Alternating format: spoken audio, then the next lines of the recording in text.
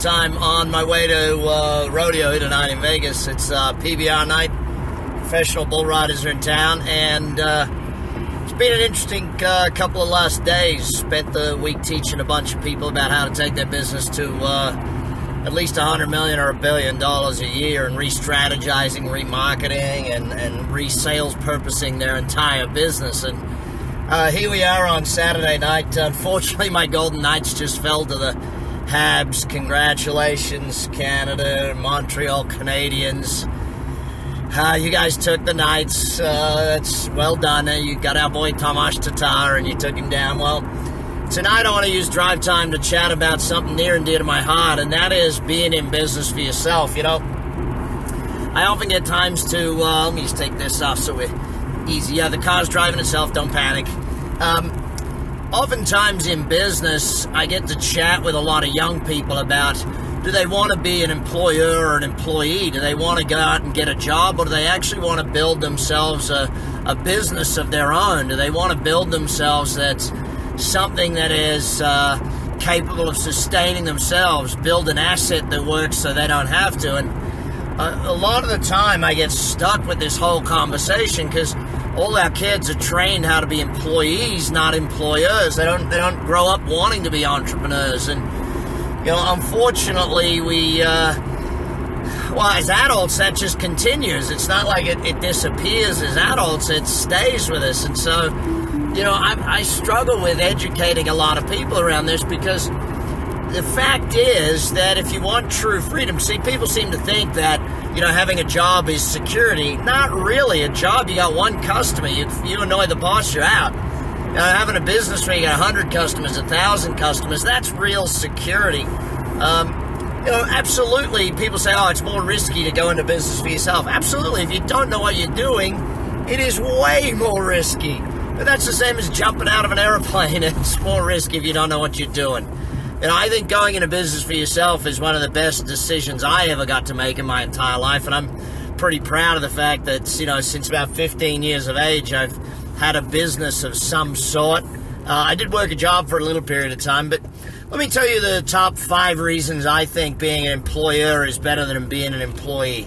Number 1, you're the boss. You know, you get to be the boss. The buck stops with you. And that's it's a two-edged sword, I guess, because, you know, that means it all stops with you and it starts with you. You got to have the self-discipline. You got to have all of those wonderful traits that make a business owner a business owner. You know, I see a lot of business owners that they start their own business, but they're still like an employee. They're still waiting for someone to tell them what to do or tell them to get really going with this thing. And of course, they don't succeed. You know, if you're going to be an owner, be an owner. Own the business, build a plan, do the right things, act like a business owner. And understand the difference between owner's work and employee's work. You hear me teach the statement, leverage. Well, leverage is about doing the work once, getting paid long-term or forever, and that's owner's work. Owner's work is where you do the work once, get paid long-term. If you do the work once and get paid once, that's employee's work.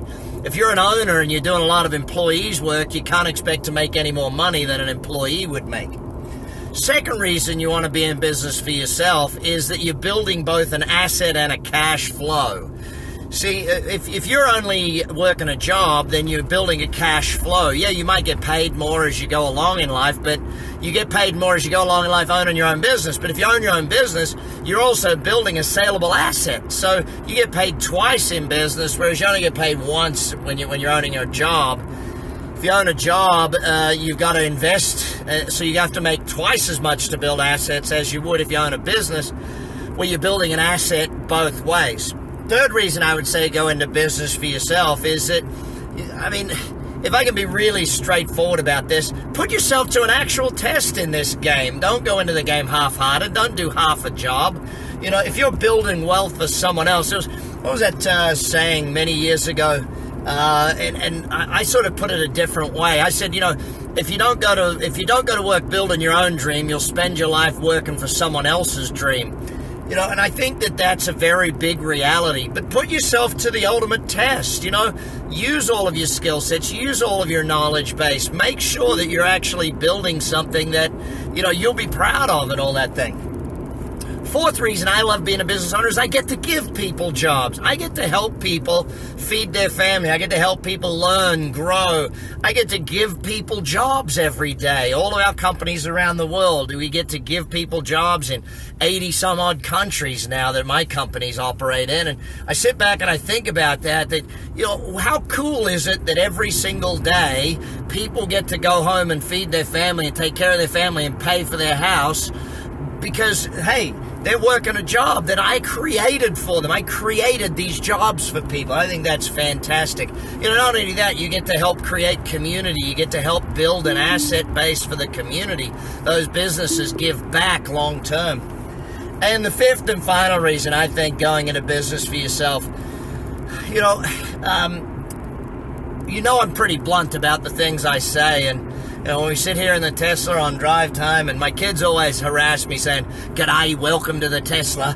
Thanks, Kens. Thanks, Co.